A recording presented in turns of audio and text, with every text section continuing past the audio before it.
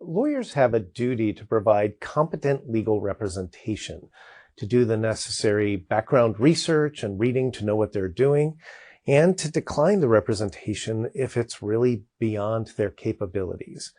Model Rule 1.1 addresses this. A lawyer can be subject to discipline for incompetent actions in the representation. Now, of course, other legal rules come into play here. The incompetence can also be the basis of an ineffective assistance of counsel claim for criminal defense lawyers. And incompetence by the lawyer could be the basis for a legal malpractice action by their client later on.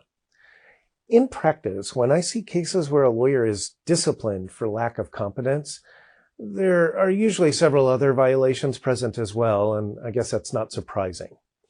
The lawyers who lack competence also mishandle their clients' funds, they misplace crucial evidence or accidentally leak confidential information about their clients, they fail to check for conflicts of interest, they file frivolous claims or motions, and they don't keep their clients adequately informed about matters, they even miss deadlines and things like that.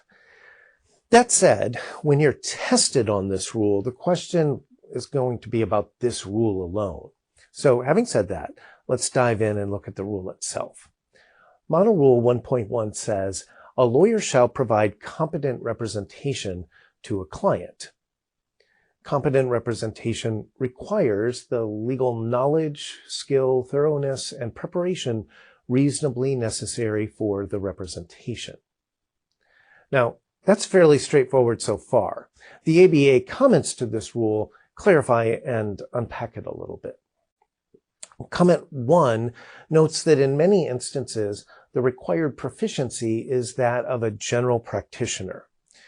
Expertise in a particular field of law may be required in some circumstances. So, in other words, we do not expect you to be an expert in every area of law. Most of the time, a general proficiency in law will suffice, though there are some matters and a few areas of law that are so complex that they really do require an expert, and only an expert should provide representation in those cases. But those are the exception, not the norm. Comment 2 continues with the explanation. A lawyer need not necessarily have special training or prior experience to handle legal problems of a type with which the lawyer is unfamiliar. Now, this is very important and actually is likely to be the scenario for test questions on this rule on the MPRE. A lawyer who has never done a criminal case, let's say, agrees to do one, or a lawyer who has never done a trial takes on a litigation matter.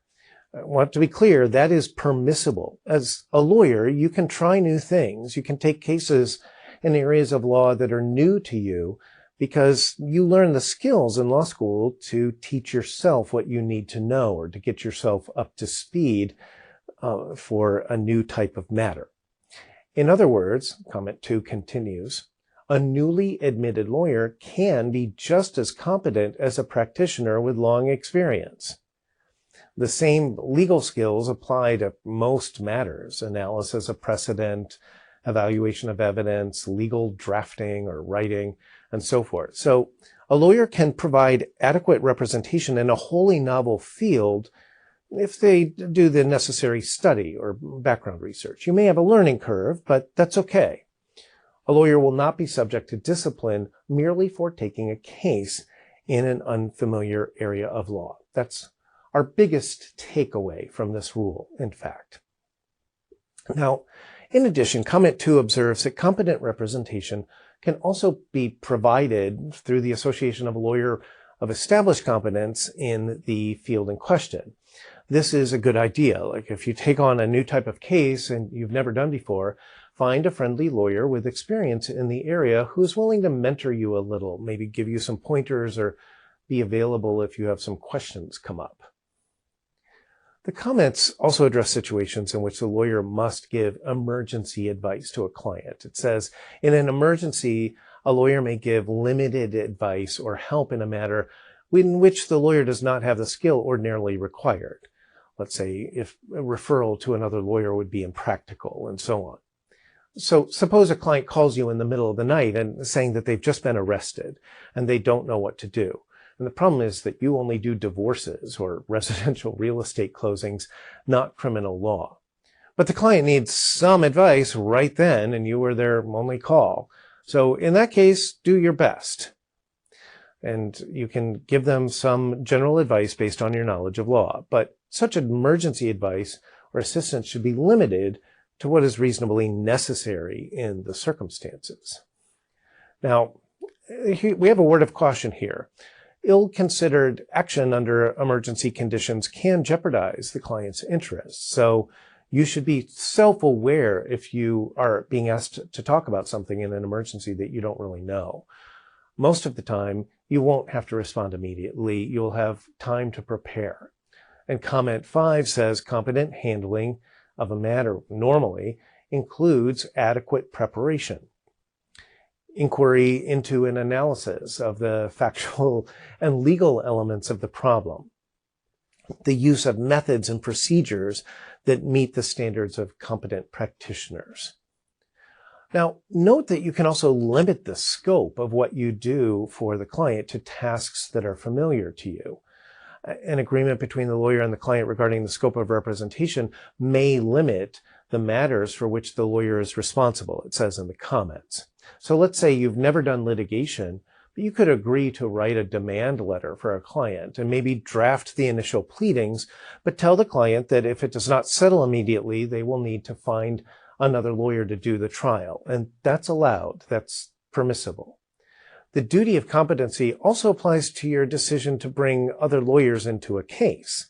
So first, you should always check with the client before bringing other lawyers on board into the matter. Remember that this could increase costs if they're from another firm, and new conflicts of interest could arise.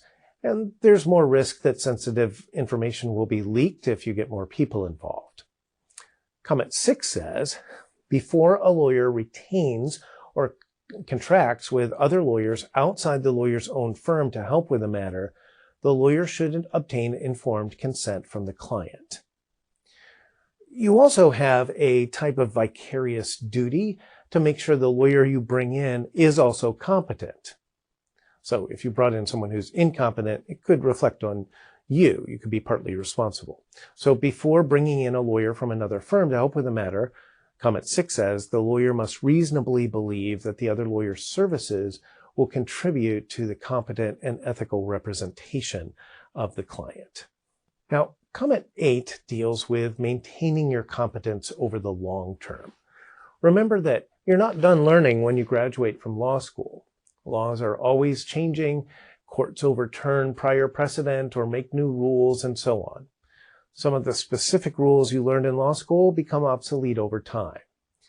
So, the comments continue, to maintain the requisite knowledge and skill, a lawyer should keep abreast of changes in the law and its practice.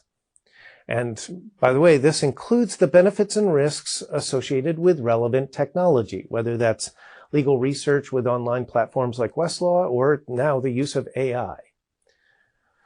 Also, a lawyer should engage in continuing study and education. You have to comply with all the continuing legal education requirements to which the lawyer is subject in the state where you're licensed. So, in other words, most states have some annual CLE or continuing legal education requirements to maintain your license. Usually you can do these mini courses online, but they usually cost something. The states vary widely in how many CLE credits they require every year.